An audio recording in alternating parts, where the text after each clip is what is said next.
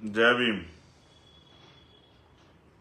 जय भारत, जय संविधान, जय मंडल, जय जोहार।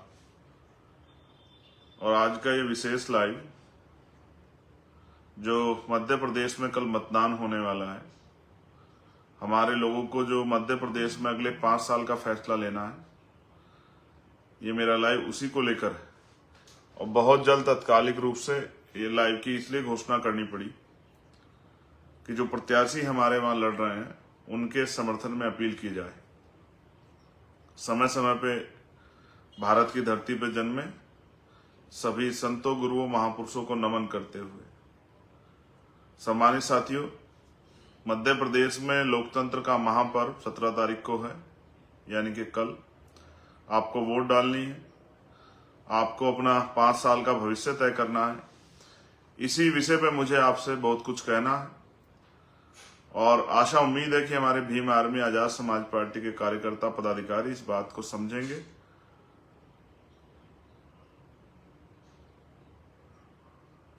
राजतंत्र खत्म होने के बाद भारत में लोकतंत्र आया। जब राजतंत्र था तो राजा महाराजाओं के हिसाब से देश चलता था। राजा महाराजा जब चाहे जो जिस बात को कह दे वो कानून हो जाती थी। वो अगर रात को दिन कह दे तो प्रजा को मानना पड़ता था, वो दिन को अगर रात कह दे तो प्रजा को मानना पड़ता था। वो जो मनाए टैक्स लगा दें।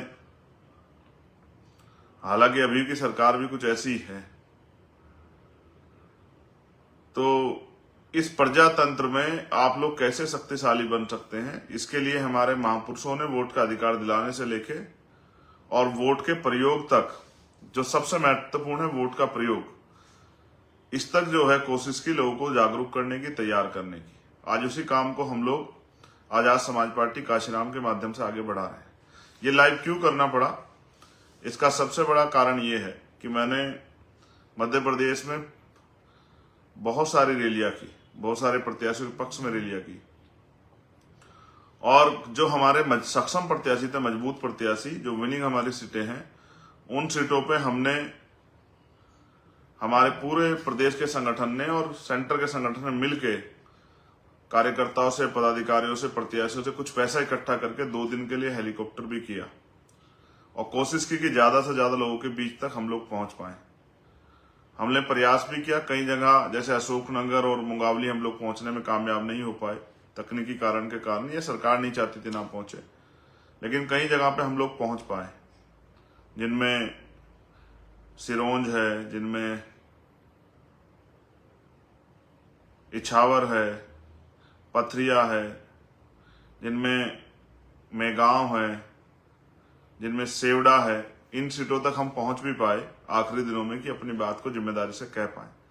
लेकिन सम्मानित मेरे साथियों, बहुत सारी चीजें नई इस चुनाव में देखने को मिली।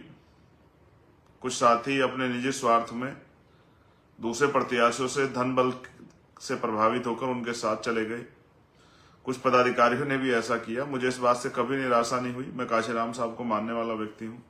साहब कहते थे 1 जाएगा 100 आएंगे, लेकिन चेहरे जो हैं वो साफ होते जाएंगे। तो चुनाव तो 2 दिन बाद खत्म हो जाएगा।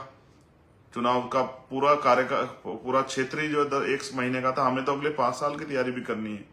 अगले 5 साल भी संघर्ष करना। जो टिका रहेगा वो समाज का बेटा बन के आगे बढ़ेगा, और जो बिक जाएगा समाज उसको नकार देगा और संगठन भी उसको, पार्टी भी उसको नकार देगी।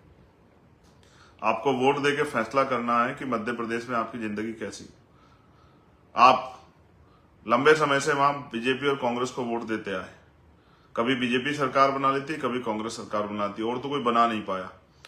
लेकिन क्या बीजेपी और कांग्रेस की सरकार के लोगों ने आपके जीवन में उस तरह के परिवर्तन किए जिस तरह के परिवर्तन बाबा साहब अम्बेडकर चाहते थे, जिस तरह के परिवर्तन माननीय काशीराम साहब चाहते थे, जिस तरह के परिवर्तन आपके जीवन में होने चाहिए? क्या कभी उन्होंने ऐसा प्रयास किया, या उन्होंने सिर्फ आपसे वोट का रिश्ता, चुनावी रिश्ता निभाया?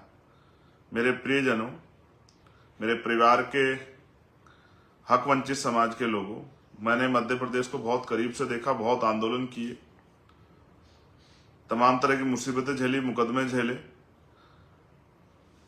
कल जब मैं अशोकनगर से आ रहा था तो एक गांव के में मैं रुका, बाहर जहां बाबा साहब अम्बेडकर की स्टैचू लगी है। वहां बहुत सारी महिलाएं, बहुत सारे नौजवान और बुजुर्ग वहां थे जिनसे मैंने बात की, उनके जीवन को जानने का प्रयास किया। हमारे साथी अंजुल और विशाल भी वहां थे। अंजुल के दादाजी का कल देहांत हुआ, मैं उनके लिए अपनी श्रद्धांजलि अर्पित करता हूं। तो मैं उनसे पूछ रहा था कि भाई क्या आपके पक्के मकान हैं, तो मना कर रहे थे। मैं पूछता था 4 पहिया गाड़ी है, 2 पहिया गाड़ी, तो मना करते। मैंने पूछा कि एसी लगा हुआ है, तो मना करते। तो मैं पूछता कि आप काम क्या करते हो, तो बोलते मेहनत मजदूरी। तो मैंने कितने पैसे मिलते हैं कि 150, 200 रुपए, 250 रुपए। और एक जो कड़वी बात जो कल मैं इछावर में भी नहीं कह पाया, लेकिन आपसे कह रहा हूं, सच ये है कि मैंने वहां के हालातों को देखते महसूस किया